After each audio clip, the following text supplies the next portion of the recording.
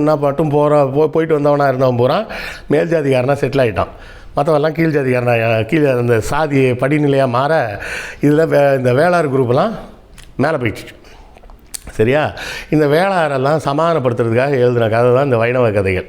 எது நம்மாழ்வார்னு ஒருத்தர், அவர் அதில் முக்கியமாக சொல்கிற வரி மொத்தமே 3 இன்சிடெண்ட் தாங்க. பிறந்ததுலேருந்து பேசவே இல்லை, அந்த மரத்து பொந்திலே உட்காந்துருந்தார். 2வது மதுரகவி ஆழ்வார் வந்தவுடனே பேச ஆரம்பித்தார், நல்லா பாடினார், எல்லாம் பண்ணார். 3வது செய்தி, இவரின் அறிவு திறமையால் இவர் பார்ப்பனருக்கு சமமாக கொண்டாடப்பட்டார். இந்த 3 செய்தி தான் நம்மாழ்வார் கதையில் முக்கியமாக சொல்லப்படுது. அப்போ இதிலேருந்து நம்ம என்ன புரிஞ்சிக்கலாம்? அந்த நில உடைமை சமுதாயத்தில் மேல் தட்டில் இருக்கிற மக்களை கொஞ்சம் அட்ஜஸ்ட் பண்ணி போகலான்னு பார்ப்பனர்கள் செய்த ஏற்பாடு தான் இந்த கதை. புரிஞ்சுதா?